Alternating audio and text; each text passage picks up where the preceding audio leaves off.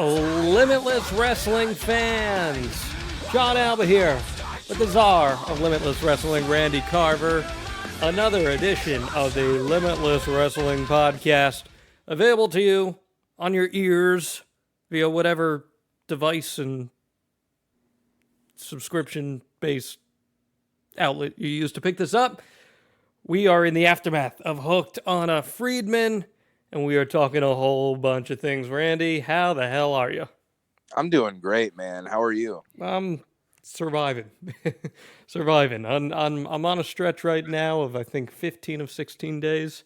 So Cheers. it's you know how it goes, man. That's the 24/7 the Thunder will roll, baby. That's how it goes. But you did tell me that at Hooked on a Friedman, you heard quite a bit of good feedback about the Limitless Wrestling Podcast.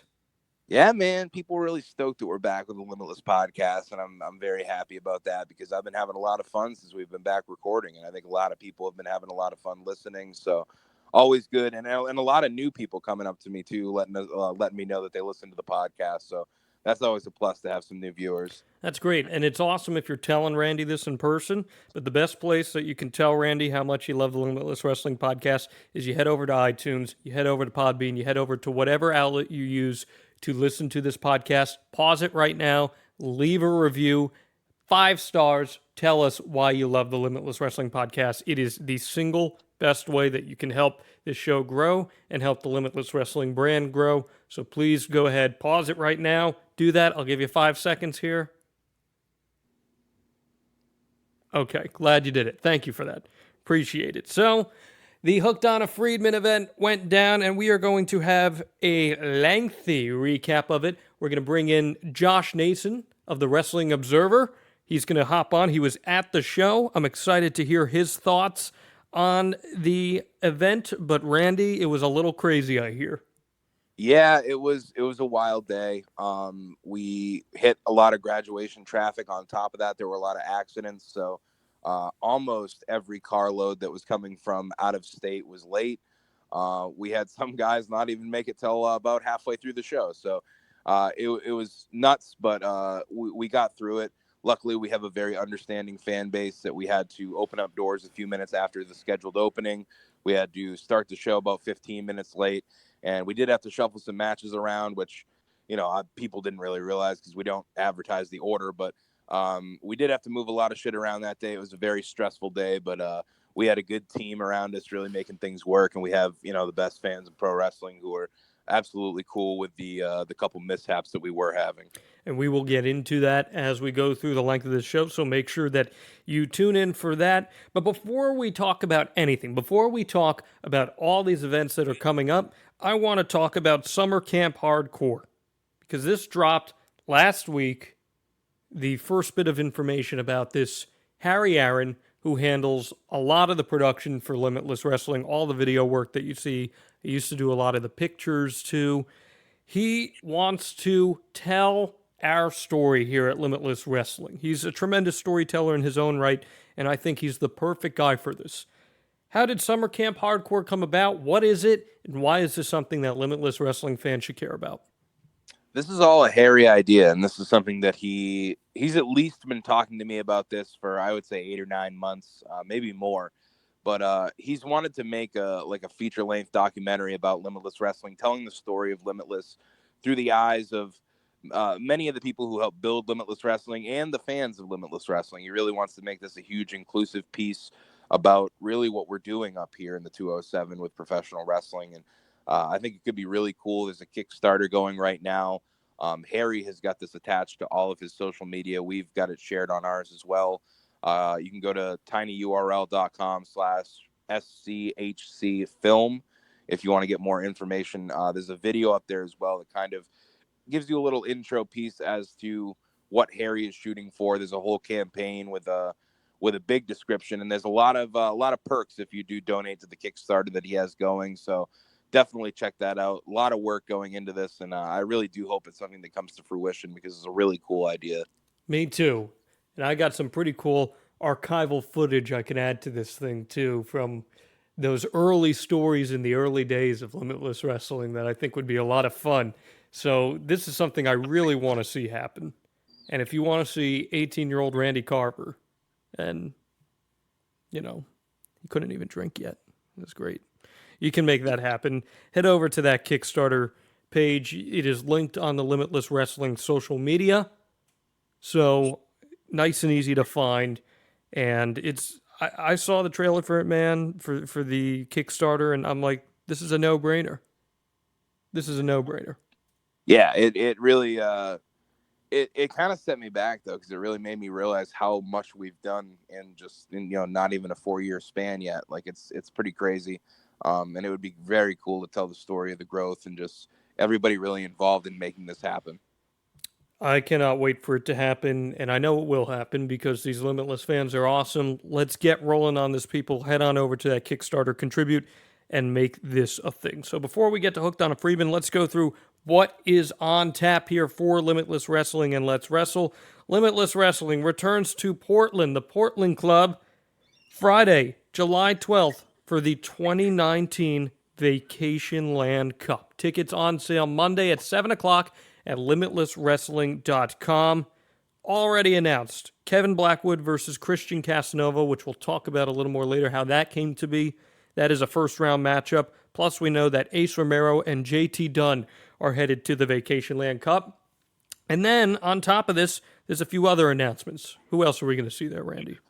Well, we're going to see Eli Everfly there as well. Swoggle, former WWE star Hornswoggle, and the Butcher and the Blade, Pepper Parks and Andy Williams, make their return to tag team competition at the Vacationland Cup as well. Can you believe we're already at the Vacationland Cup? I feel like we were revealing everything last year, and it just seemed like this groundbreaking thing, and now all of a sudden, here we are again. Yeah, I feel like the cage fell just yesterday, so it does feel like time has flown by. Very excited for it, though. Very excited to keep this tradition going, and I think people liked the Cup a lot last year. It was one of fans' favorite events, so I'm excited to do it again. And remember, the stakes are even higher now.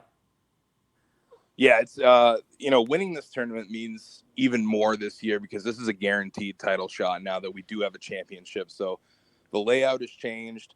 There's going to be 4 opening round singles matches. The winner of those move on to a 4-way elimination main event. The winner of that will challenge for the Limitless Wrestling Championship in September at the 4-year anniversary show.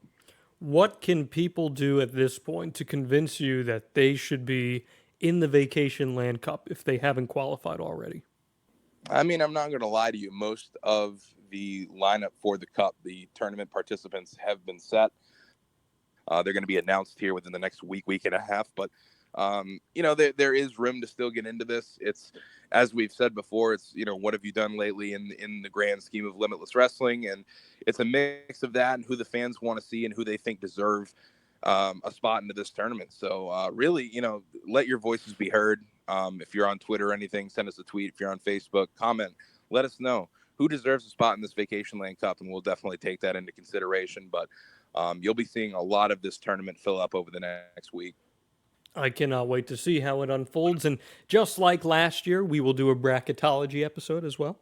And I can't wait for absolutely. That was a lot of fun last year. That was a lot of fun. We will definitely do that. We'll have people make their own brackets, and it will be a lot of fun. Again, that is July 12th. It's a Friday night at the Portland Club, so less tickets than last year. Smaller seating venue, which means we have about 100 less tickets than last year for the Vacationland Cup. So definitely, if you're looking to go to the Cup, I would definitely say grab your tickets quick. Limitlesswrestling.com. They go on sale, as you said, Monday at 7 p.m. Limitlesswrestling.com, which is where you can head to also purchase tickets for Let's Wrestle, The Curl of the Burl, Volume 7. Tickets available at limitlesswrestling.com. This is Friday, May 31st at the American Legion Post 84 in Orono. Calvin Strange getting his Let's Wrestle championship match against Davian. Anthony Green and Ava Everett versus D.L. Hurst and Brett Domino. Anthony Green making his Let's Wrestle return. He wasn't at the Limitless show. Was he missed there? Yeah, it felt kind of weird because, AG is one of those dudes who I guess I'm just used to being, on the crew of every show. He's a very helpful dude backstage, too. I don't know if we've ever really talked about this, but very helpful. And just, if we have any tasks that we need to get done during a show, if we have, anything that we have to relay in terms of information, he's perfect for that, and he's definitely missed in the locker room. But I was very happy for him. I got to watch his matches this weekend from Evolve. He wrestled Stephen Wolf and Stephen Pena and had 2 very good matches in his official debut as a WWN contracted superstar. So I'm stoked for him. But the rumors too, there's been some circulation online that AG would be going off the indies because of this contract and would not be at Limitless Wrestling anymore. That is false. AG will be back at the Vacationland Cup, and he'll obviously be at Let's Wrestle tag team competition in the match that we were supposed to get at Hooked on a Friedman. We're now going to get at Curl of the Burrow and Orono, and I am super stoked about it. We will talk about DL Hurst and Brett Domino a little later as well, but this has got to be a weird match for them. For Brett and DL? Yeah. Because they've got something to prove here. They were the bastard sons. And now, if they don't win here, what have they proved to themselves? Nothing. I think they're going to be extra motivated going into this one, though, and they want to beat fucking Anthony Green's ass because Anthony Green, they've said it before, he kind of traded them in for 2 honeys and Ava Everett and Angel Sinclair and really kind of kicked Brett and Dan to the curb when, DL broke his leg and Brett was in a losing streak. He just, in a time of need, I guess we can put it that way, a time of need for Brett and Dan, AG wasn't really there for them. So I can understand it from both sides. They kind of felt replaced, kicked to the curb, and they were really kind of led astray with Anthony Green, who just turned his back on him. Who would you rather walk to the ring with? That's you don't have to put me in the spot. I'm not involved here. I don't need any heat with Hurst or Domino, but I think the choice is quite obvious. The prize, Alec Price versus CJ Cruz. I am so excited for that match. Like insanely excited because I think Alec Price and CJ Cruz are 2 guys who I think will be big time players in Let's Wrestle moving forward. They've both had awesome showings so far in their few matches in Let's Wrestle. So to put them in a single scenario against each other is something that I'm extremely excited for. We're going to see Tomahawk. Yeah, Tomahawk is back. All 3 members of the Main State Posse also on this show. Your boys. We're really going to go here? We're going to go here? I mean, we're trying to promote the show, John. You're going to go here? Yeah, okay. So, on your little notes here, you wrote, plus, Tomahawk, the Main State Posse, and Frank Jaeger. Frank Jaeger, another one. Limitless Dojo guy. Let me get this straight. Frank Jaeger loses, costs his teammate a match, and you're just promoting him. Well, I saw the video. Did you see you run the social media account, so I assume you saw the video in length. I filmed the damn video, John. I saw that shitty apology. You want to tell people what you're talking about here? Yeah, absolutely. Your boy Mac Daniels, who you love to fight for, was asked to give an apology by Aiden Agro to Frank Jaeger after he whipped his ass after the tag match at Volume 6, and he did not give a sincere apology. How many times has Aiden Agro done something that may not be viewed as kosher and been forced to apologize for it? I have no idea. Probably never. He doesn't attack his partners. Probably never. Okay. And Mac Daniels is the kind of guy that knows his value. He stands up for himself. He saw this tag team partner, not friend, tag team partner, cost him a win, his first chance for a win. So he attacked him and said, I am the alpha male. I am the dominant one. Listen. I'm looking out for myself. And then Aiden Agro acts like this Bob Saget, Danny Tanner father figure and tries to get him to apologize.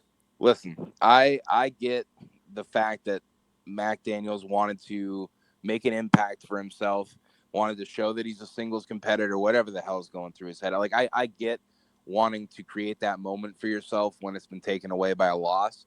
But dude, this was his first match. He just doesn't have any real right to act like this right now. Like there's no backing that he can be a successful singles competitor. He's literally had one tag match in his career and then turns on his partner after a loss. Like that does not show me a great attitude in somebody, and it doesn't show me, I don't know. Like I understand it from the fact that he's trying to at least make something out of that debut when they were handed a loss, but that's just not the way to do it, So especially with someone that you train with. He just doesn't have enough street cred for you, huh? I suppose. I mean, I don't know. Prove it to me, I guess. And how do you prove something? You Show see up an to training, opportunity, first of all, John. you Show see up an to training. opportunity, and you grab that brass ring that everyone likes to talk about in pro wrestling. Okay. I'm And not then getting plus, into this. okay, like, but plus also think about this, and I'm sorry for going on a tangent here, folks, because, and I've said this before, Mac Daniels, he was my own personal trainer up in Maine. He is a friend of mine. You're going to make a guy apologize on camera. Doesn't that seem disingenuous? Wouldn't you just say, hey, you know, if you really feel like Frank Jaeger's entitled to an apology, wouldn't you just say, hey, just go up to him and apologize? Instead, you're embarrassing him, trying to make him sit down on camera and apologize. Don't you think that's a bit much? I'm not embarrassing him. I just think that's a good way to earn back some, I don't know, credibility with the fans after attacking Frank Jaeger. How much did you pay Mac Daniels, by the way, to be your personal trainer? Because I think you need to get your money back. I was a very busy man, and I didn't get to utilize his services as frequently as I would have liked to. Okay, that's fair. But he kept me in shape. Tone, right? Tone, Yes. lean. That's Yes. what we like to say. Yes, exactly. Got He it. helped me meal prep, all these kinds of things that are important in life. Yeah. And then Aiden Agro had the audacity to talk about this on social media. This whole thing, I saw that. and he said that he never turned his back on anyone, and that he never would go about things the wrong way and leave someone behind. And I had to remind him of somebody that he left behind, somebody that he disappointed. You can go find that. Well, there's a picture that shows it, Okay. and you can go find that exchange at John Alba on Twitter. Oh, way to put yourself over in this whole thing. Okay. Love it. Okay, fine. At He Is Aggro on Twitter too, All right, whatever. because Either he one. has significantly less followers than I do. Ouch. So, but anyway, let's wrestle. Curl of the Burl. That is going down on May 31st in Orono, Maine. It's going to be the last show heading into the Let's Wrestle anniversary show. How That's crazy is that? That is crazy. 1 year in July. Is Mac Daniels going to be on the show? Not at the moment, but it's not saying that it couldn't happen. We don't have the card, set in stone yet for Let's Wrestle, but The show is in like a week and a half. 2 weeks. is it really? Two No, weeks. 2 weeks. 2 weeks. 2 weeks. Show's in 2 weeks. Chill out. It's actually 2 weeks from the moment we record this. Is it really? Yes. Wow. That's crazy. And you're we'll sitting figure it here. out. You're sitting here with. Okay, whatever, man. We'll figure it out. Whatever, man. Well, let's shift gears now from Let's Wrestle back to Limitless Wrestling. So we are on the heels of the Hooked on a Friedman event, and we wanted to do something a little different because as far as Limitless Wrestling is concerned, apparently I have zero credibility. That's what the rumor has it. So, Rumor. That's the truth, man. Easy now. So instead of insulting you, the loyal listener, we're going to bring in an outside perspective for this, and we went with someone who has worked at pretty much the highest level of the online wrestling industry. He is Josh Nason, a Figure 4 Online host, of course, of Josh Nason's Punch-Out podcast on Figure 4 Online, and I'm stoked to have him here because he can validate me with how good I am. So, Josh, what's going on, man? Well, I told you guys when I came on that this was the highlight of my life. I mean, I'm married, I have a kid, but this trumps this by at least like, I don't know, 10 levels, I'd say, if that sounds right. Now, if That's about par for the course. If Randy weren't here, how much better would it even be? I can't. I would say it'd be much worse. I mean, Randy is, he's a god, so I don't want to get banned from Limitless Wrestling events. So whatever. Told you, John. Team Carver there. Team Carver. Whatever. Let's wait for the winner take all Limitless match between Team Carver and Team Alba, and we'll see. Yeah. We'll see how that goes. Okay. Yeah, we'll see. All right. But Josh is with us. He was at Hooked on a Friedman. It was his 4th overall Limitless wrestling event. And because you work for Figure 4, that must mean you have an intelligent wrestling opinion. So I appreciate you hopping on. And let's talk about this show, man. I guess before we go through match by match, what were your impressions of the evening? Well, I tell you what, with Limitless Wrestling, since I started going, as you mentioned, last November, and I talked to Randy. People might remember me if they listened to the interview Randy did with me. That was it was last November. He came on, kind of talked about basically indie wrestling as a whole, building up the promotion and all that as well. And that's available in the archives on the website if people want to check that out. But ever since I started going in November, this group really just kind of like has a hold on me. It's really interesting stuff. It is the shows are very similar, and people might initially kind of roll their eyes at this, but it feels they're a lot like takeovers in that you know that they are going to be a great show. You just don't know where on that spectrum that they're going to be, and the fans can make that. Obviously, the in-ring action makes it, the environment, just overall. But this was this was right up there. This is another quality show, and one that from start to finish, even with some little technical snafus and things like that I'm sure you guys have talked about and will talk about, that you always have at any indie wrestling show. This was another A show for sure. Yeah, well, we alluded to some of those earlier, but now I want to delve into it because another reason that we brought you on is that Randy barely even got to see the show because of all the stuff that went on behind the scenes. So before we go through match by match, Randy, lay out what the hell went wrong. Yeah, it was a doozy of a day. I probably got to see about half the show. We did have monitors set up out back, so that was a big plus. If I was ever out back, I could at least watch some of the matches. But it was graduation weekend, and I didn't really plan for that. So there was an insane amount of traffic, and due to accidents as well. I had Teddy Hart was driving in from Philly.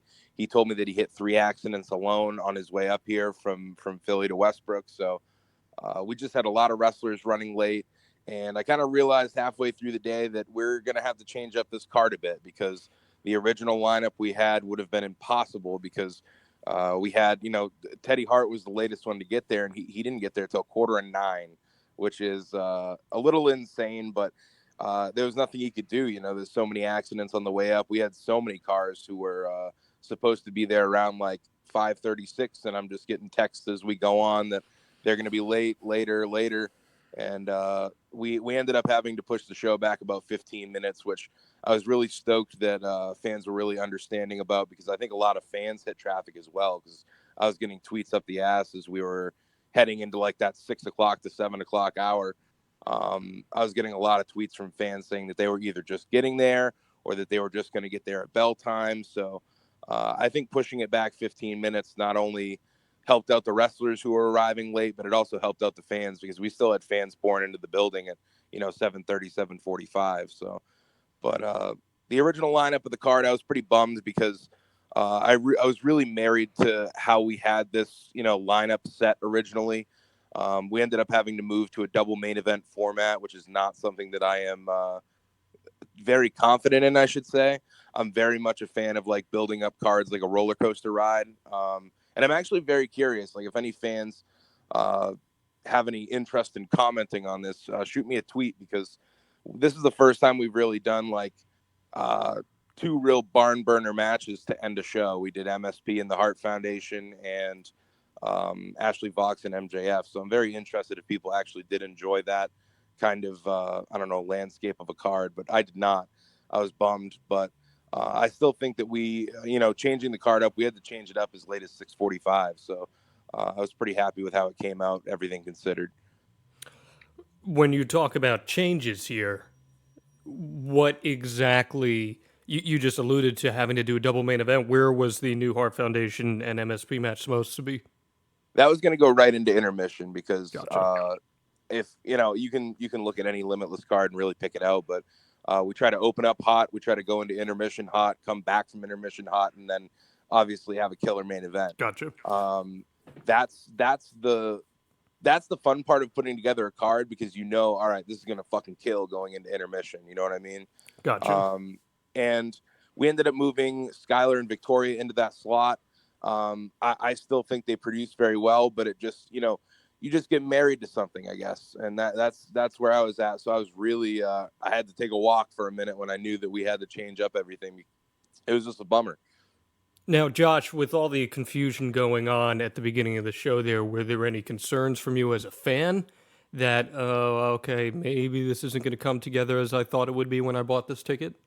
No, I'm fascinated by this because I had no idea. I thought everything was just. I thought that was the way that the card was supposed to show, was supposed to go, which is a great indication that you did a good job, Randy. I mean, I thoroughly thought that because of going in this that because the main state posse has had such a they're really kind of limitless favorites in a lot of ways, that, and obviously the Hart Foundation being big in MLW and Teddy being man, Teddy, we'll get this later. He and Westbrook are just like, they're married. It's just amazing what a control he has over that crowd. I just figured that the main state posse were kind of be giving that co-main event shot because of their past and all that, and obviously the main event's a main event. So from the outside, other than the delay, which was 15, 20 minutes, half an hour, whatever it was, I didn't notice anything at all. So I would say that's a good thing. And I would argue that if there ever were a card where you could get away with that double main event, you had the match, the caliber of the new Hart Foundation MSP, that it was big enough that people would be able to be excited for both of those matches. Yeah, absolutely. And looking back now, it's really not a huge change of things like pacing wise, but I don't know. It was just something that we hadn't really done before, because that double main event, sometimes I worry that the first match will take the steam out of the crowd for the second one. And that's never what I want to happen, because these are, we're putting two really, really good matches back to back, probably two of the best, now that they're done, probably two of the best that have happened this year in Limitless Wrestling. It was a new format that we had to roll with on the fly, and I'm happy that it turned out pretty good. And also, though, look at the people who were in those matches and the affinity that the Limitless audience has for those performers, not just MSP and the new Hart Foundation, but they love Ashley Vox and they hate MJF. So even if you have two hot matches back to back, they are involving they're involving people that the audience cares about. And sure, you're going to get a reaction. At least that's the way I look at it. No, I agree totally. Of the sense. So let's talk about this card.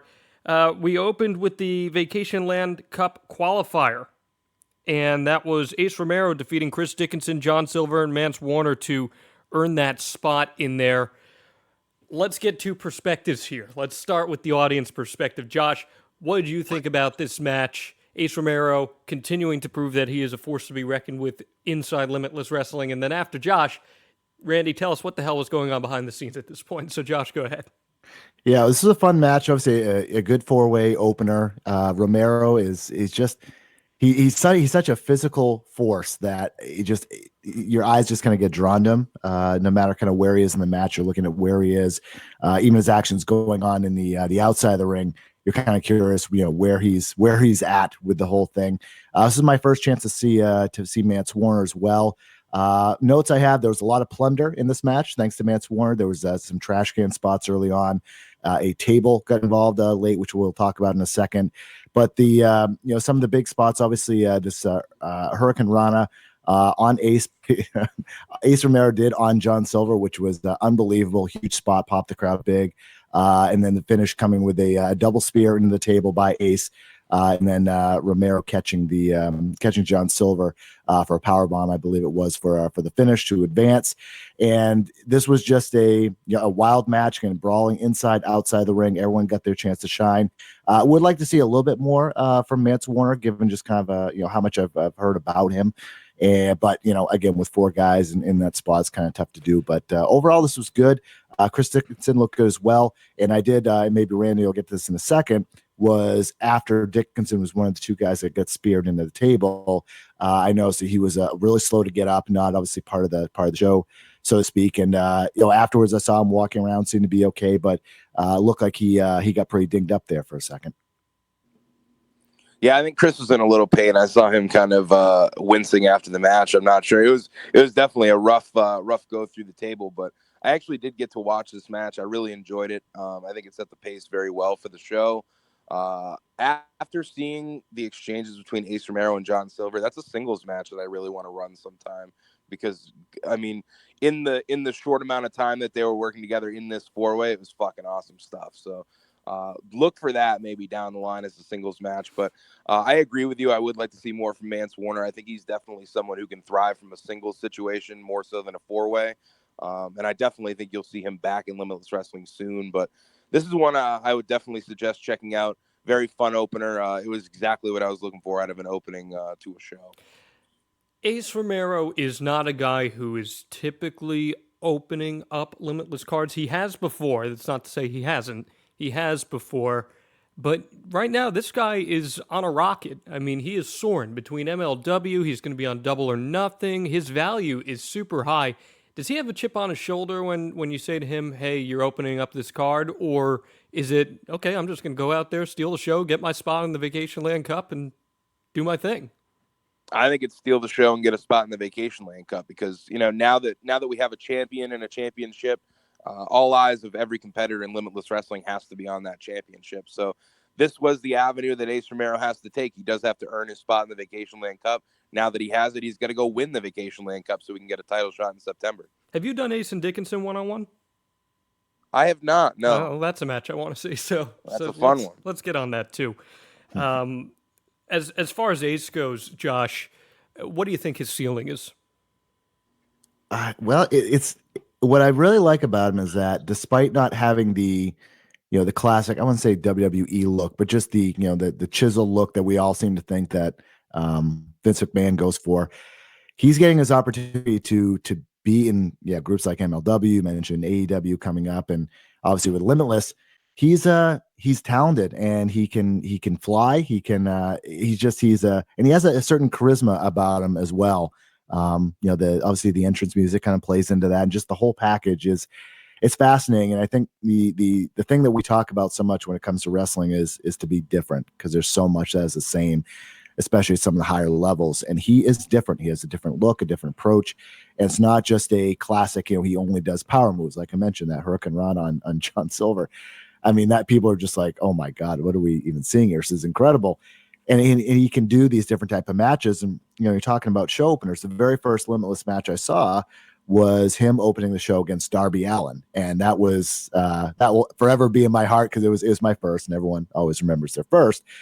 It was a fun match, and it just in a completely different way than these other matches I've seen him in. Obviously, he was in that the 4-way main event for the title, and that was different. So his ceiling is pretty much just depending on who's booking him and how they see him. But based on what I've seen, especially in Limitless, that Randy's giving him the opportunity and putting him in interesting spots, and I think that's the thing. He's one of those guys you can pair him up with a lot of different people, and you don't necessarily think you're going to get the same exact matches you may have seen him in 2 months prior. Side note that I forgot to mention earlier. So just, you talked about Ace Romero's theme music. I was at the Rays game with my girlfriend last week, and the song came on. She goes, "Is this Ace Romero's theme song?" I'm like, yeah, it is. And she went back, Randy, and she listened to the episode where we talked about the whole story about the meat hanging off of AR Fox's body. Oh God. And I realized in the promo video that Harry posted, the teaser for the movie, you see that exact moment. It's there in the locker room. Yeah. You can see me on the side, and there's that meat hanging off of AR Fox. It was awesome. I just had to. I was like, see, folks, we're not BSing you on the Limitless Wrestling Podcast. Oh no. But Josh, I totally agree with you with your assessment of Ace there, and we've spoken very highly of him on this podcast, and I certainly think that the ceiling remains high for him. Okay, Randy.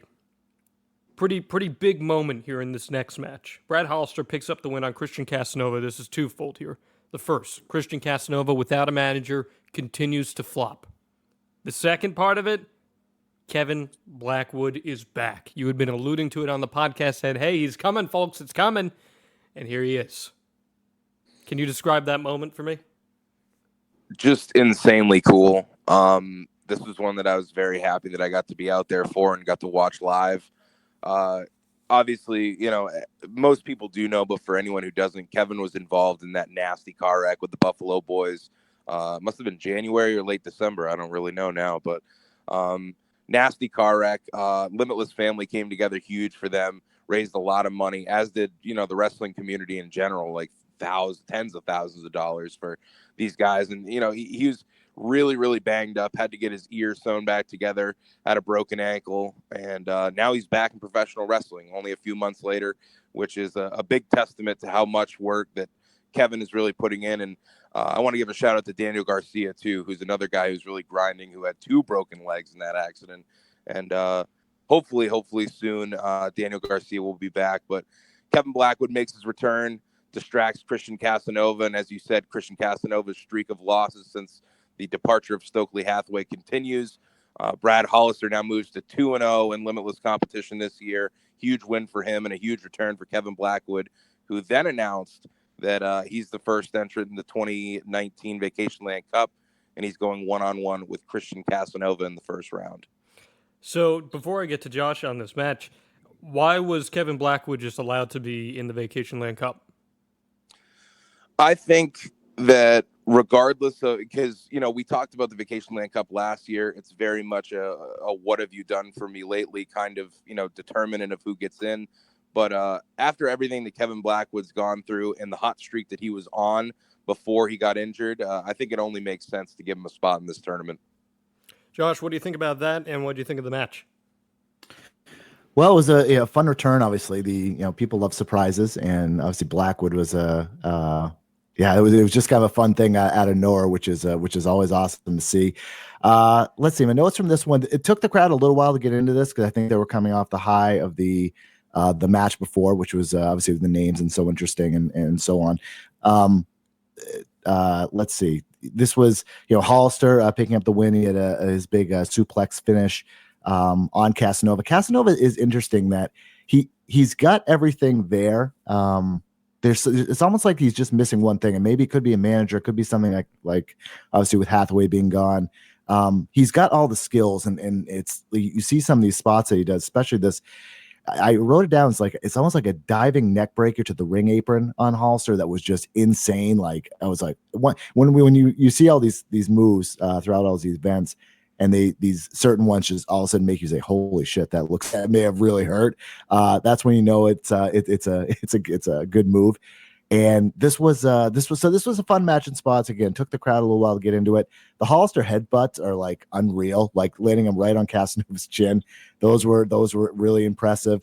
Obviously the return by Blackwood. So that's an angle that, long term, it may turn out, I don't want to say good that accident happened, but Blackwood's absence may just kind of increase that even more, throughout the summer, especially, depending what happens, could see an interesting series between these guys and a feud that may elevate both of their statuses coming through. Hollister, one other note, I know that, Randy is going into, I would say fair season, but that's probably the best way of putting it, like different events and things like that may not be part of the, the Limitless storyline, so to speak. But Hollister seems like the perfect wrestler for fairs. Like, he's got some size to him. He has personality. He has some things that people can chant. I just kind of kept thinking that through this whole match that, he may not be the guy at some point, but he seems like one of these guys is going to be able to work for a long, long time.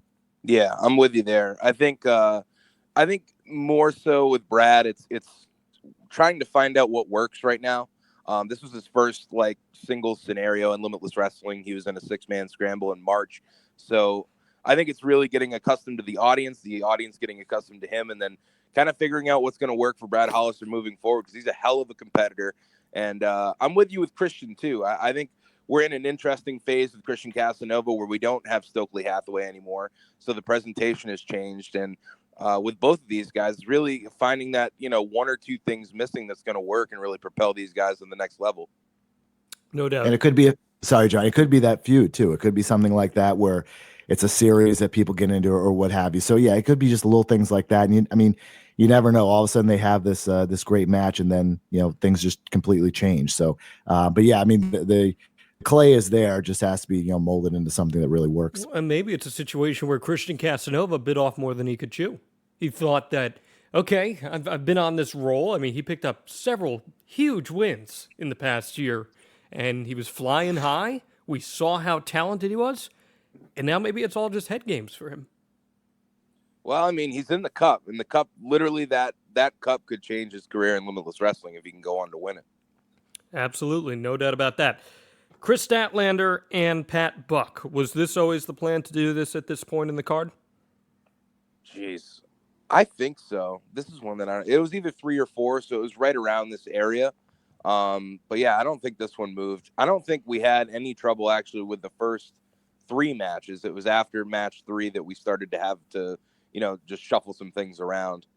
I read a review, I believe it was from the Wrestling Insomniac, who said that it's really funny because Chris Statlander was so brutal to Ashley Vox, who the Limitless crowd loves. But then, now that Chris Statlander's not involved with Ashley Vox, they still love her. And it's a really weird dynamic. Josh, what did you think of that? That's a funny assessment because I thought the same thing. I was thinking like, wow, they really didn't like her a couple of months ago, and now she's a super fan favorite. I'm a big fan of Chris Statlander. I think that she has it, and she has the size. She has the just has this presence. It's really something. And I think this is going to be one of the next people that is, once they get the opportunity, whether it's with an AEW or something like that, or even who knows, WWE or whatever, that I think that once she gets another level of refinement, it's going to be like, remember when she used to compete in Limitless, right? I just, there's something there. I'm really looking forward to her future. And as much as and I think that Ashley Vox series definitely helped. It elevated her and puts her in a situation where I'm really interested to see where she goes next and who she gets paired up with. That's going to be able to kind of even come close to that, which is a big challenge, but that's why Randy makes the big bucks, right? This match was pretty good. For some reason the Pat Buck gimmick doesn't really work for me that well. And I think it's because I don't understand what it's supposed to be, because just from the look, the spikes and all that thing. When I see spikes, I think Road Warriors, I think like complete painted up badasses type thing. And for whatever reason, maybe it's just because I don't have a long history with watching Pat Buck matches. It just doesn't do it for me that much. But in ring, he's obviously really good, and this was a fun match. I liked how we started out with the, kind of really putting Chris over, because he is her teacher, putting her over that well, then wind her to lay down, which got people really into it, that was a smart way to start it. Really some high impact spots, which is good. Statlander winning with a tombstone. People went nuts. There was a German that Buck did on Statlander in the corner, and I was like, oh boy, that's a hard move. There was a lot of some high impact moves between these two, and this was a good match, and I came out of this thinking that I really want to see what's next for Statlander, because I think she's earned a higher profile role, higher profile angle, so to speak. Just kind of where that is and what that is, I'm really fascinated by. Your response, Randy? I'm with you. And the road for Chris Statlander after the Ashley Vox thing has been kind of weird, because Welcome to the Dance, she wrestled Christian Casanova. She wasn't even originally supposed to be on that show. She had another booking and it canceled, and we luckily got to have her. So I think definitely moving forward after this match with Pat Buck, you definitely see some big things in the future of Limitless Wrestling for Chris Statlander. But this was one that this was a personal request from both of them. They really wanted to wrestle each other, but unfortunately with the New York State Athletic Commission, they couldn't do like a one-on-one singles match in their home company of Creative Pro. So we brought it to Limitless Wrestling. And I think the one criticism I have of this match is it felt like it was in like first gear for 3/4 of the match. And then we got like a quick turn up at the end. And I told them the same thing. But once they turned the dial and they turned it up, it was hot shit. But it took a while to get there. And I think maybe too, if this match had maybe 2 or 3 more minutes to grow, it could have been a real cool build up to what they did at the end. But I still really enjoyed this one. I just think maybe with more time or in a different scenario, it could have been much better. But what do you have to say about the whole fan reaction to Statlander? Dude, it's crazy because we literally just kind of flipped the switch, because she has this crazy unsanctioned match with Ashley Vox in January. And then, my whole plan was that she was not going to be on the March event, because she was not, she was booked elsewhere for a long time previously. So when we end up, having the ability to have her on the March show, and the hurricane falls through, so she ends up wrestling Christian Casanova.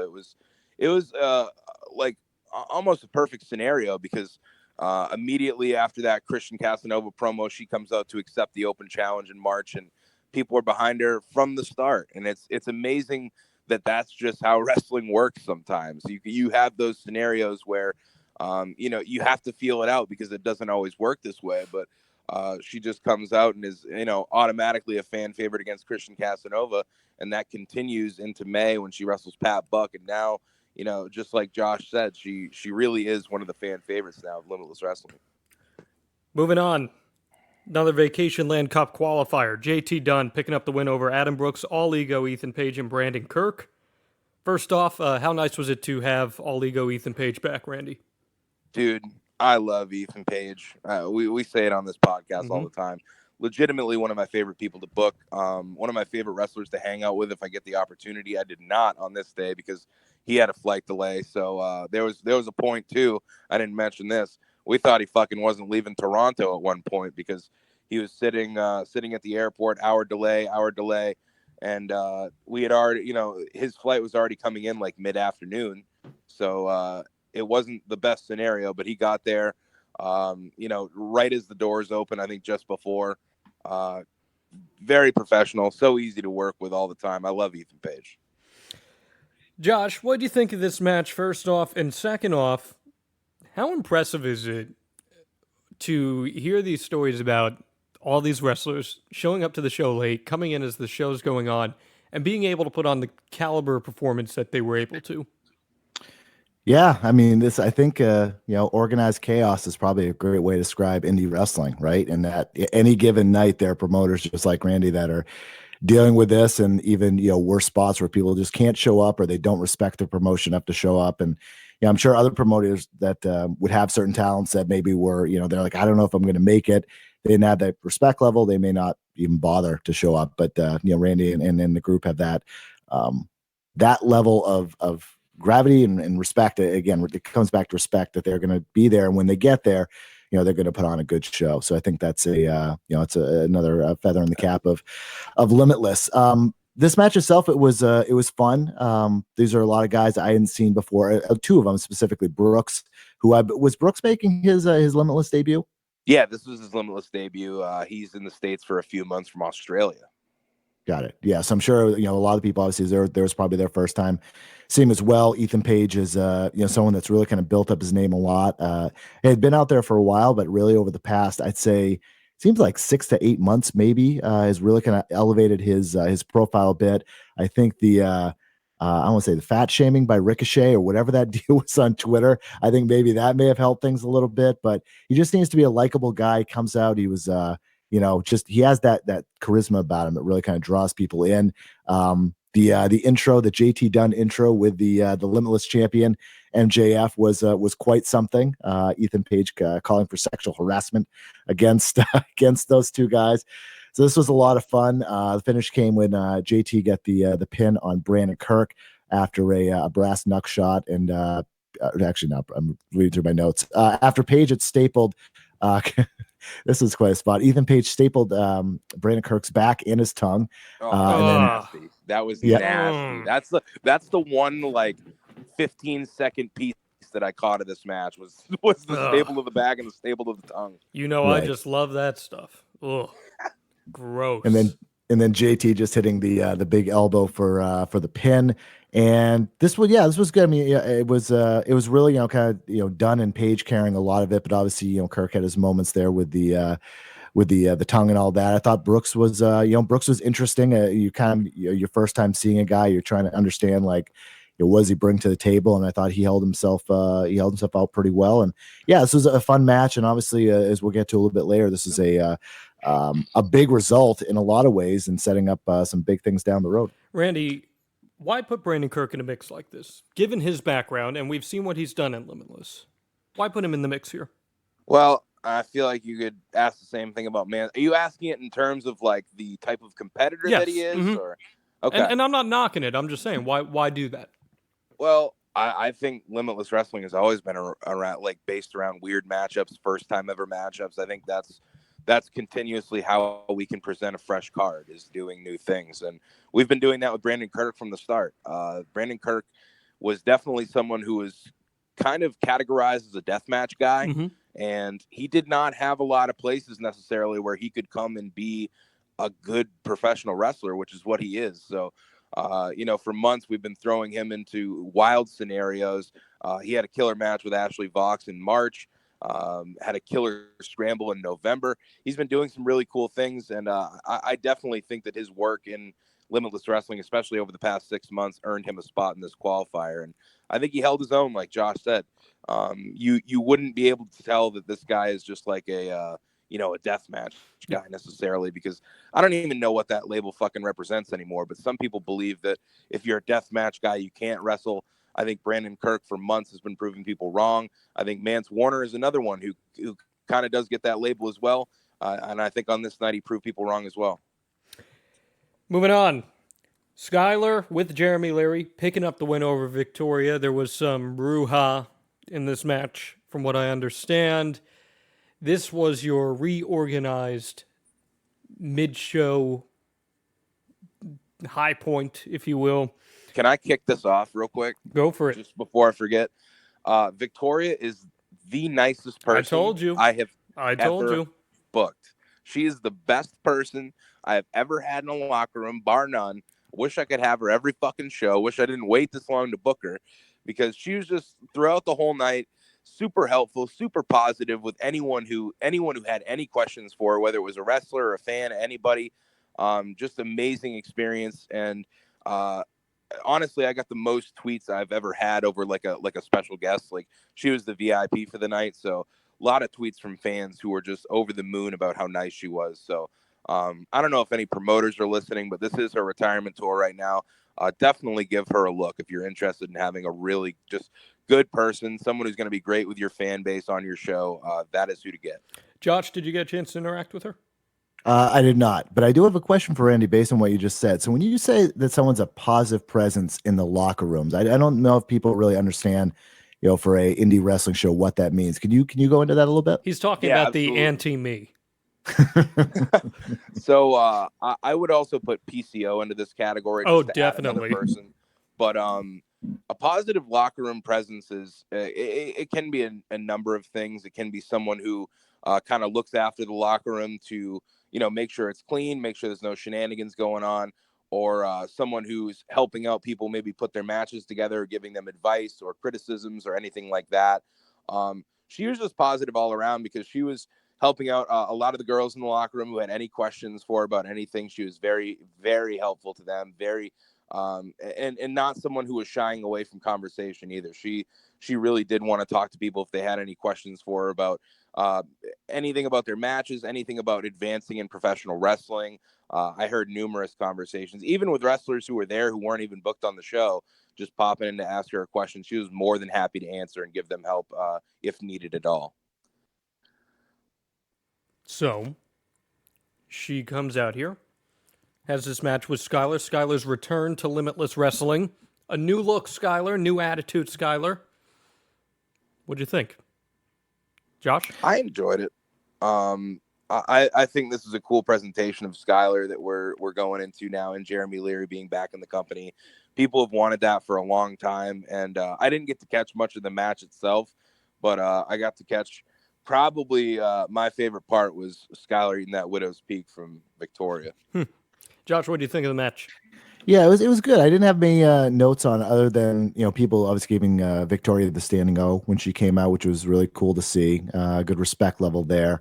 Skylar picking up the win after a brass knuck shot, thanks to Mr. Leahy. This is my first time seeing the both of them, and it's a fun package. Leahy is a really kind of fun heel manager, and someone that instantly kind of has that look and that face that you kind of want to hate. I think the thing is, her and Jeremy Leary just have natural chemistry together for obvious reasons, and when he transitions into that role, it meshes. Yeah, even afterwards, like this was, it might have been during the intermission. I saw him just kind of walking through the crowd, or even afterward, and he was still playing it up like, get out of my way, that thing. And people just kind of look at him like, oh, okay, this is the way this guy's going to be. He's not playing it up, man. That's Jeremy Leary right there. That's the best hair in professional wrestling. Easy now. Easy now. Easy now. Well, Some people claim things. People obviously love Victoria. Again, afterwards, the the match went on, and there was as mentioned, the standing O was kind of funny. As I looked over to my right and I saw Chris Statlander doing commentary, and she was waving, trying to get Victoria's attention as Victoria's kind of pointing out people in the crowd and doing that thing, which was kind of fun to see. To see someone like that just turn into a fan again. I thought that was pretty awesome. Randy mentioned the Victoria hitting the widow's peak after the match, kind of getting even for the cheating and the post match beatdown. Did a nice speech. It was a little bit tough to hear, but she did a nice speech putting over just the fans, her career, Limitless, and all that. But this was this is fun. It's cool to see when these she may not ever been at the very top when it comes to WWE, but the fact that she's able to come to a promotion, have it be a sold out house, and just see a fun night like that and be so well received, and it was really a cool moment to see. So that was a good get. Did she say anything to you, Randy, after the show? Just that she was very delighted in the match. She actually was really stoked to wrestle Skylar. She met Skylar at Women's Wrestling Revolution a few months ago. Skylar was on the shelf. So this was actually something, talking to her in the days leading up to the event and after the event, she was very happy to have wrestled Skylar and have had that opportunity to wrestle Skylar. She was very grateful, which was cool. Pretty cool. Now, when I saw this happen, I thought hell froze over and life as we know it would be changed forever. DL Hurst and Brett Domino defeated Puff and Jay Freddy. That they did. What the hell? I didn't like this match. I did not like it. And I was honest with all of them that I was not a huge fan of it. I watched it, and I don't know if it made any difference that I watched it on the monitor. I did not watch it live, out there. So the crowd definitely sometimes can change the complexity of a match. However, from what I watched, it wasn't my favorite just because I know what these four are capable of. And I don't think that we got that home run from them, which is that's me being a hard critic because I want, as many home runs as we can hit every show. But Brett got a little banged up in this match, sprained something in his leg. So I think that threw at least Brett off and probably threw, everybody else off. And it was still a solid match. A big win for DL Hurst and Brett Domino. I was going to say, Brett Domino, my favorite from the four. Brett Domino should sprain things more often. He won. Yeah, crazy. Yeah, I don't know if that's the good luck charm, but now more before we get to Josh's perspective, more trouble here between the thick boys, Puff and Jay Freddy, just not getting along. What's going on here? And I hear that there's a solution. Yes. So obviously, Puff has been trying his ass off to get into the thick boys for a good amount of months now. And Jay Freddy, kind of threw him a bone at the beginning of the match, told Rich Palladino to announce them as the thick boys. John Silver was on commentary. I don't think he really enjoyed that, as, he didn't really get a say in Puff allegedly joining the thick boys. So then we have a beer battle mid-match. Puff's trying to feed Jay Freddy the beer to really get the juices flowing, and John Silver wants to be the one to feed him a beer, and it's just this whole clusterfuck over who's going to feed Jay Freddy the beer, and they end up losing because of it. That's the big distraction that costs Puff and Jay Freddy this match and gives Brett Domino his first win in maybe ever. And it's it really boiled over after the match when John Silver got in Freddy and Puff's face, is shoving him around, and Freddy just snaps. And finally, this is going to come to a head. July 12th is going to be John Silver versus Puff. Denim jacket on the line. And I assume if Puff wins, that means that he is an honorary, 100% official thick boy. Now, Josh, when you process all that information that Randy just sent our way, how do you reflect on this match, and what were your impressions? Well, I hope to make it to the Vacationland Cup, because then I can truly say that I've seen a denim jacket on a pole match. I cannot wait for that. Again, another life accomplishment. That might be number 2 after this appearance on the podcast today. So we'll just keep that in mind.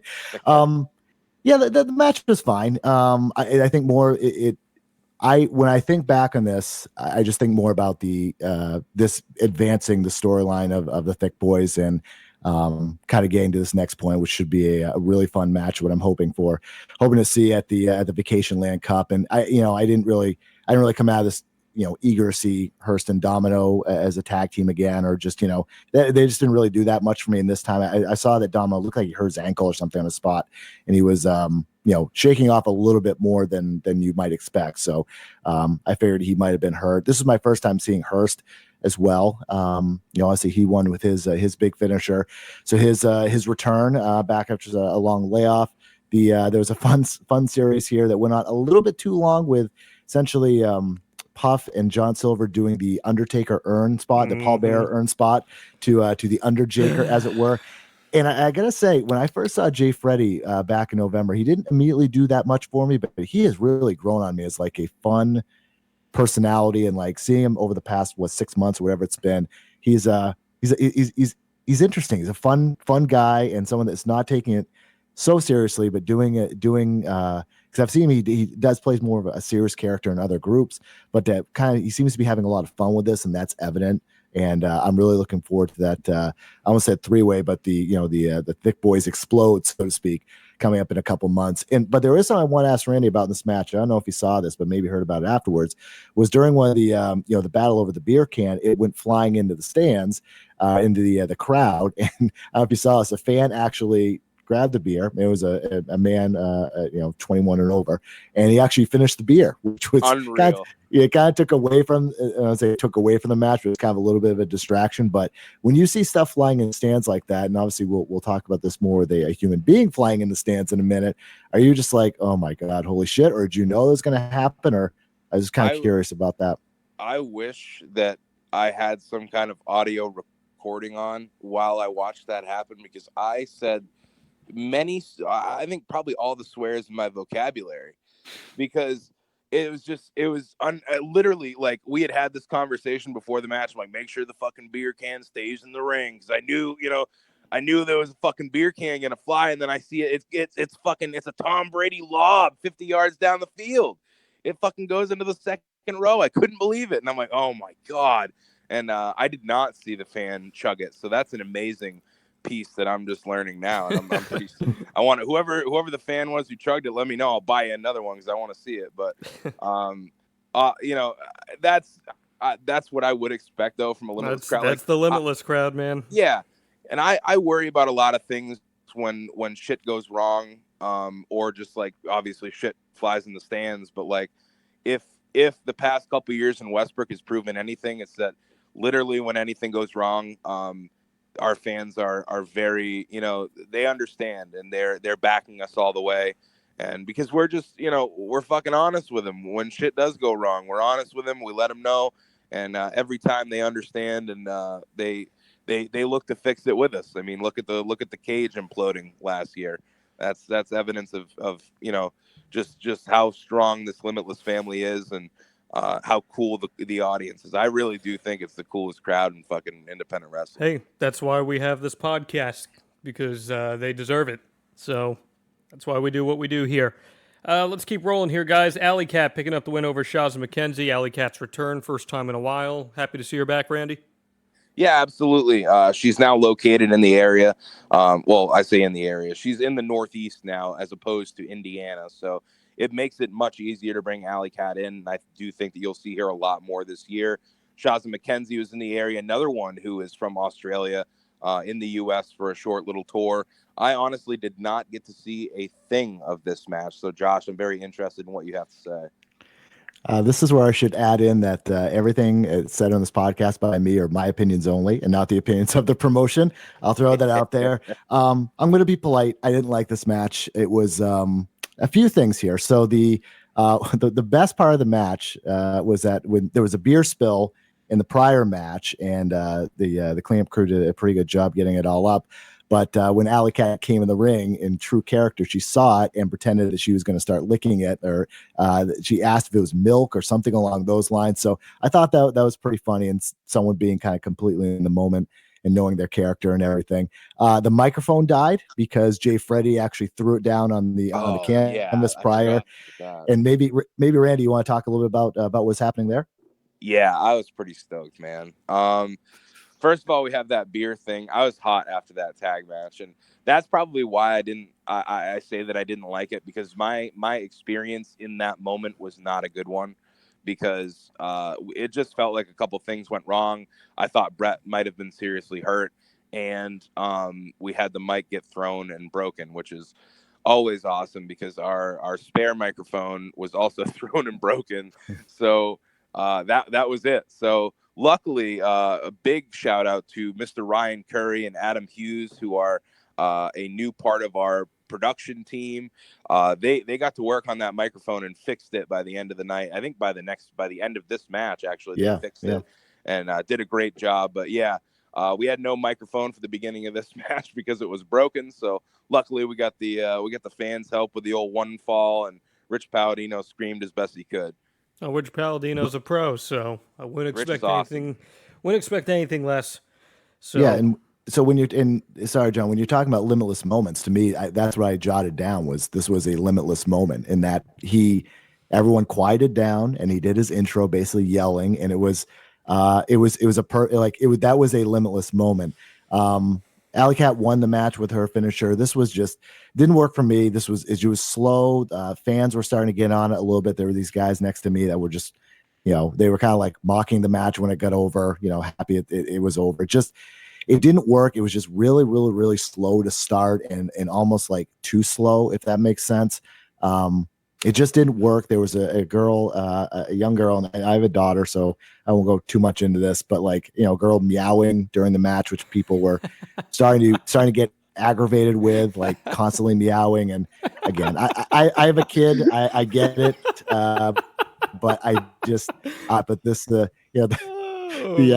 least said about this match, the better, I guess. And I think I've probably gone on too long. That's awesome. I think awesome. This match was presented in a tough spot as well.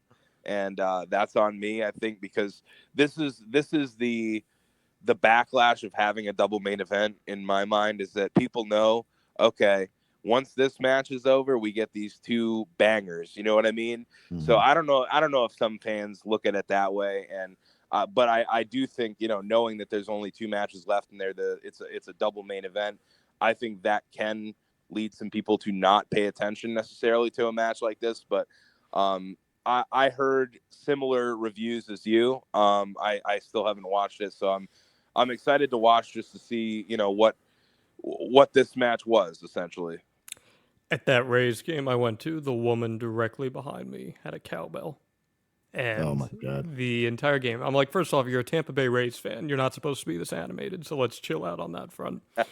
and two, enough of the cowbell. So if I had a small child meowing next to me, I can. I love it. That's awesome. That's awesome. All right, the two bangers.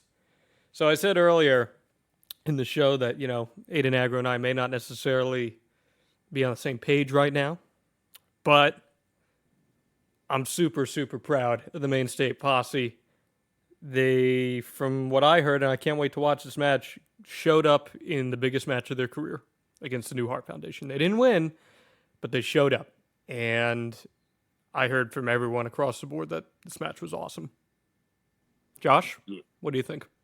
The reviews are true. It was awesome. It took a little bit to get going, and not in a bad way. It just, as you're kind of just trying to rev up the engine, you just start setting this stuff up, and you don't want to go, spot after spot after spot to start. But it had some time, which is good. It was you just get a sense of like it was awesome seeing Dave Boy Smith there. Such a physical presence anyway, and seeing him. I believe is his Limitless debut. Has he been in before? Yeah, and he's so fucking tall. Let's just say that real Huge. Quick. I did not realize how tall he was. Yeah, he's a big dude, but having him and Hart there as a team, that was really cool. And obviously, as you allude to, and we talked about earlier, the Main State Posse are just a fixture of Limitless. So to see them get this opportunity was just really cool. No belts on the line or anything like that. Just a match. And early on, it was starting to resemble a little bit of a squash because the Posse just couldn't seem to get anything in. And then once they did, this thing just kicked up a bunch of notches. Teddy Hart, I wrote down Jesus Teddy. He's just. It's incredible, man. It is incredible to see the command he has on the crowd. from the last time I saw him against Darby Allin in the Open. I believe that was as the last Limitless show, to this, and just this aura and this presence that he has. And it's not just the spots, it's just he's got it. He's absolutely got it. And to think of where he kind of came back from to get to this place and this spot is it's really cool to see. It's a cool like redemption return story.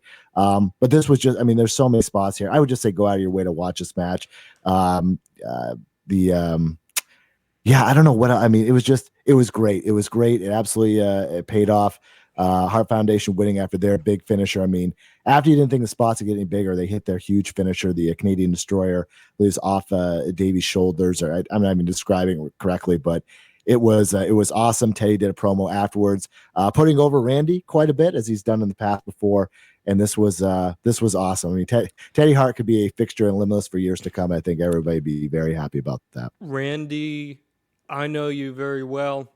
And assuming nothing went crazy here backstage, I'm going to guess that you watched every second of this match and couldn't stop smiling. Absolutely. This was such a cool test because I know how wild Teddy Hart is. And obviously Davey is a world-class competitor. And I knew how much of a step up in competition this would be for Aiden Agro and Danger Kid. And they just rose to the occasion. And this was not the easiest night for them because obviously Teddy Hart did not get there until 8:45. They just, this could have been a clusterfuck. Honestly, you just never know when you're really putting a tag team, into an upper echelon of competition. It was just a big step up for them, and they rose to the occasion. I did get to watch every second of this, and I was so excited just to watch this and see how it all went down. They had a lot of time, like Josh said. It was a very gradual and fun build, and really once it started popping off, this was an amazing match, and this is definitely something that I would highly recommend to check out. I think I can honestly say one of the better tag matches in Limitless history. What was the response backstage afterwards? How did the Hart Foundation feel about it, and how did MSP feel about it? Everybody felt very good. I mean, obviously, these guys are very, top tier competitors. I think all four of them are, honestly, and they have their own critiques of themselves throughout the match. But I think all four of them and really everyone else who watched was very happy with everything. The fans were on their feet even before that Doomsday Destroyer was hit. But for the whole ending, fans on their feet for the new Hart Foundation, and just an insane battle. We're going to get that clip of that Doomsday Destroyer out here pretty soon because it was absolutely insane. And it's one of those things where you have to be there live too. Yeah. I mean, people will see this on video. Again, I urge people to watch this match, but if people are on the fence about going, if there's like, Friday night, blah, blah, just go. I mean, this gets so enhanced by everyone getting into it. And to Randy's credit and the promotion's credit and the wrestler's credit, like at this point of the night, this was probably like around 10:45, give or take, kind of when this started, right? Yeah, we rolled late this night. And the building, I don't know if we mentioned this yet. The building was warm, really warm early on. Thank God you guys opened up that garage door, because that definitely cooled things down. But early on, I think maybe some of the reactions early on the night may have been hurt by that a little bit, just because it was steamy in there. But this, by the time this hit, I mean, people were they were live, they were into it. A few people left, but there were still 90% of the people that were there, and their reactions to everything and just. This is what really makes wrestling great, right? When you have this doesn't have to be in front of 70,000 people in Tampa or New York or anything like this. This was 500 people in Westbrook, and it just felt like the biggest thing in the world. It was fantastic. Davey Boy, enjoy his experience, Randy? Yeah, he was so cool. Like another one who's just a really nice guy. Really happy to be up there, and seemingly very excited team with Teddy. He was telling me that not a lot of places other than MLW really booked them as a team, so he was pretty excited for it. Then we get to the main event. You said before there was just genuine heel heat on MJF. The crowd gave him that 1996 Hollywood Hogan treatment, throwing trash at him. Ashley Vox, the biggest match of her career, the first ever defense of the Limitless Championship in the United States. And MJF picks up the win, and there's a little bit of tomfoolery. First off, your impressions of the match, Josh, and what did you think of Ashley Vox? Well, anyone that has heard my interview with Randy that I did last November knows I'm not the biggest fan of intergender, and we had a good discussion about that. I'm not a hater, but it's not my favorite. I will tell you that, and I'm not just saying this. This match was fantastic. It exceeded my expectations 100 times over. I thought it would be good. I didn't think it was going to be this good, and it just my intergender kind of bias just went away. It was plotted out perfectly. I don't know who had a hand in doing that, but they did. I mean, just A plus stuff. I had an idea what I thought was going to happen going into this match, and completely didn't happen, which was awesome to feel and see and to experience. Again, this one went on a little bit later due to the delays, but you wouldn't be able to tell, right? Everyone just got sucked into it. Ashley Vox getting both big intros for both big guys, are both competitors. Ashley Vox getting the intro with some of the there was a deep sea scuba diver, old school outfit, a couple fish coming out with her, and this was that was just kind of a big intro. The champion actually came out first, which is kind of interesting. Other notes, I had Ashley Vox tossed 3 times into the crowd, and I was curious about that, and obviously just some of the just the risk and the trust, kind of like both sides of the coin there. And then well, I guess we'll kind of just start there and we'll get into the finish a little bit, but just I mean, this was just the beginning part of this was such an incredible build, and again, just very physical early on. Randy, when competitors go into the stands like that, are you just freaking out internally? Yeah, I can't say it's my favorite thing in the world. Well, one of the specific things, and this is one of the nights where we did not get to have a meeting before the show. There was just so many moving parts that it was not going to be possible. So we just kind of went for it, and I tried to, meet with every match. But the instructions that I usually have in the meeting are, hold off on your swearing as much as possible, because we don't need to oversaturate with swearing. And one of the big things is don't throw anybody into the crowd. Don't disperse people out of the chairs. I fucking hate that, because we do have some elderly people in the audience. We have some kids as well. Obviously, spots were picked where Ashley was thrown, and it did not turn out bad whatsoever. But I'm not a huge fan of that at all. So that was something quite shocking as I was standing in the corner of the building. Did it hit Alex Calder and the Back Row Mafia or no? No, I don't think Max has enough strength to huck her like a football to the back row. But well, those tough guys and all 61 of their followers are really bummed out about that. So you're such a hater. Anyway, but they had a hell of a match from what I understand. What did you think of the match, Randy? And man, MJF continues his climb. Ashley Vox, after this meteoric rise for her, does she get sent to the back now? I mean, theoretically, yes, because she just had a title opportunity. She is going to go to the back of the line, but I don't think after everything that we've seen from Ashley Vox, I don't think it's going to take her as long to rise back up, if that makes sense. Obviously, if she's successful, but this was just it felt like a literal war zone in there, because MJF had 500 people in the Westbrook Armory wanting his blood, and there was women on chairs screaming from the back of the room. I had to send Alexander Lee in to do some crowd control, because there were a couple guys who Max was telling them to throw a chair, and they were about to throw a chair. So but it just got crazy, especially post match, everybody throwing the trash into the ring, and that's something that we'll address. It was, here's the thing is, like, looking back and watching it, that's a cool ass moment. And that's some really cool shit. But like, the big thing that I have to look out for is that nobody, especially the fans in attendance, do not get hurt by anything. So that's something that we're going to put in the announcements, of not to throw anything towards ringside.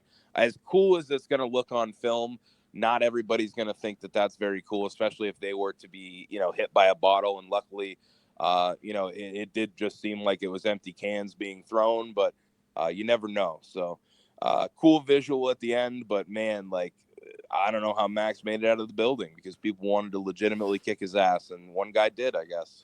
Well, let's talk about that. So the match ends, MJF picks up the win. How does he pick up the win, and where do we go from here? Josh, why don't you break it down for everyone? Yeah, so we had a ref bump spot, and I got to see angry Randy. I saw him walking around trying to get another referee out. So that was a fun visual to Christ, see. we got 3 or 4 of them back there. Everybody's got their thumb up their ass. Well, it was probably Eric Greenleaf, so I'm not surprised here. Eric Greenleaf actually was not the one who got squashed. No, I'm saying the one with his thumb in his ass. Oh yeah, absolutely. Yeah, Randy, I like it though. Randy putting on his owner's hat, and he's just like, "Get to work, guys. What's going on here?" So it was fun. So Vox, I am terrible with finishing names, by the way. So Vox had her what is the hook in the mouth finish? I'm trying to it's almost like a cross arm real breaker. Catch submission is what she calls it. The real catch. So she had put it on earlier and then put it on again after there was the referee revival and everything, and then the MJF bit her fingers, and she screams out in pain, and he just gives this most amazing psychotic look with blood in his mouth. It was awesome. Hit his finisher, picked up the win, and it was like I mean, I thought this going into this, but even after this, I'm more convinced he is going to be a huge star for AEW if they book him right. He is. You don't have guys that live that heel life gimmick type thing and really go all the way with it because they want to be the cool heel. Not him. And it was a complete surprise the way he did it. It was so awesome the way he did it. I think seeing it in a smaller venue definitely just kind of helped add that because everyone could see there was red stuff coming out of his mouth. So much fun. He gets the win again, a big surprise ending. And then all of a sudden he calls out his buddy JT Dunn. And this is the mic broke again during before Dunn could do a promo. But MJF basically saying that putting over Dunn, he's going to win the cup again, and that he wasn't going to change. It wasn't going to challenge for the title, and the Kings were going to reign. Dunn did not like this, hit his death by elbow, and essentially again the mic broke, so he couldn't really hear this, but he did the best he could with it, and essentially said that he was the Kings have exploded, and he's going to go for that title, and gives a lot of momentum and a very interesting storyline thing going into the Vacationland Cup coming in a couple months. How did the crowd feel about JT Dunn doing that? They were for it. Yeah, they were. They loved it. I mean, from where I was, they were into it. I mean, the way his body was positioned, it wasn't something he really kind of expected. So you kind of feel that something may happen, especially what happened last month at or 2 months ago at the 4-way title match there. But it was fun. It was a fun moment, and again, it's a logical progression when it comes to storylines, and it was just it was a nice capper to a really fun night. And again, all the cans in the ring and all this stuff. It was quite. I'd say with the co-main event and this was I would say, and again, just being from the outside, not having seen every single Limitless event, I mean, I have to say it's probably one of the best hours in company history, just from my perspective. But I'm interested to hear what Randy and you, John, would have to say about that.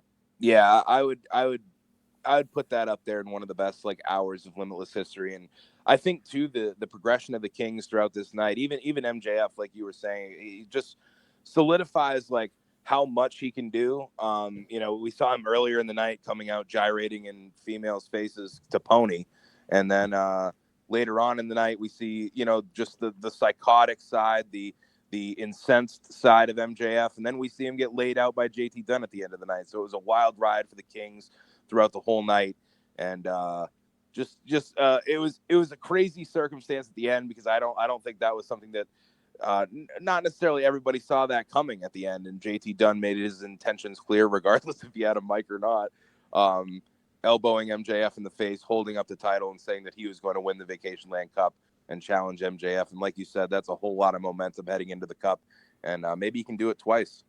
I can't wait to watch it. And John, one more thing I just forgot, and something that added to the match was JT Dunn was out with MJF for the title match and was interfering on his behalf, hurting Vox and all that stuff. And when he got tossed, that was a fun moment as well. It was just, the whole thing was like a masterpiece. And I know people, tend to be a little bit hyperbolic with some of this stuff, but it was the way everything was just laid out perfectly. It was a classic face versus heel, and you don't see that this much. And I think maybe that's why it just worked so well. All the odds were against Ashley Vox, and it was she didn't end up winning, but I don't think she loses out of this anything, no momentum or anything like that. I think she's as over as ever, and this was perfect. This is absolutely perfect. I can't say enough good things about it. That's what I like to hear. There's nothing better than being a pro wrestling fan and going home happy with what you just saw. It's the best feeling in the world. Is that the impression, Randy, that you felt that people had? Even if they were all mad about the finish of that main event, you got to think that they felt like they got their money's worth with it. Yeah, I think people were very happy with the show. Obviously, as we talked about earlier, there was some start time issues, some seating issues, but I think once everything was ironed out, everybody was very happy with this event, and it was honestly, some of the better matches in recent history were on this show. So if you weren't there, I'd definitely suggest checking out when it comes out. And I would as well. First off, as we wrap things up here, just want to say a big thank you again to Josh. Josh Nason, you can find him on Figure 4. And why don't you tell people where else they can find you? Sure, yeah. F4W Online, aka WrestlingObserver.com, is the best place to find me. I do a lot kind of more behind-the-scenes stuff these days, but I do my podcast every few weeks or so. I talk a lot about UFC and MMA stuff, but I do some pro wrestling as well, as I just talked about a little bit earlier. So that's where you can find majority of my work on Twitter. Pretty simple, Josh Nason, JOSH. Nason, and yeah, it's been fun here. I do a couple of random notes here left over if I could. Go for it. Former WWE star Brian Black, I saw him in the crowd. I think he is now he's out of the business altogether, but I saw him hanging around and watching the action. Former SmackDown GM. He was standing out by the door, the garage door with some of the other guys from the academy in Portland. Wild. Yeah, you didn't see him there? No, I had no clue. Oh wow, yeah. So I saw him, and it looks good. Looks pretty lean. I don't think he does MMA fighting at this point, but I know the academy. A lot of those guys, I've seen the shirts. They come to shows quite a bit, and he was there. The first time I had seen him at a show, and again, I've been going since November, so I thought that was interesting. And then also I saw Rob Caldwell from WCSH there for filming something for what looks like I believe 207, right? Yeah, there's going to be a piece. I'm not sure exactly when it's airing, but I do know there's a piece coming out soon for 207 with we did some interviews with Rob Caldwell. Well, while I'm thrilled to hear that, I'd like to add they're about 4 years late on that. So someone discovered him first. Just like to add that as I stare at that beautiful gold trophy about 6 feet away from me. Yeah, chill out. Anyway, but Josh, thank you again for hopping on. I'm glad you enjoyed the show. I'm glad you're a supporter of Limitless Wrestling, and hopefully we can do this again sometime soon. And Randy, another one in the books. Anything else you want to add to the crowd here? No, I mean, for everyone who was in attendance at Hooked on a Friedman, just thank you. Thank you for really working with us, because it was a doozy of a day. It was a very tough day scheduling-wise, and we had to move a lot of shit around. So big thank you to everybody for being understanding, and just a thanks in general, because, I say this all the time, but I truly do believe it, that we do have the best fan base in the world. So thank you to everybody who supports this podcast as well. And thank you to Josh, because this was a really fun perspective to have on this episode. No doubt about it. Next episode, I'm making this decree right now, Andy. We are going to do an Ask Limitless. So let's get it going. Get that hashtag Ask Limitless. Send it to us on Twitter, all your questions, on Facebook, all your questions, and we'll answer some. We'll see you next time.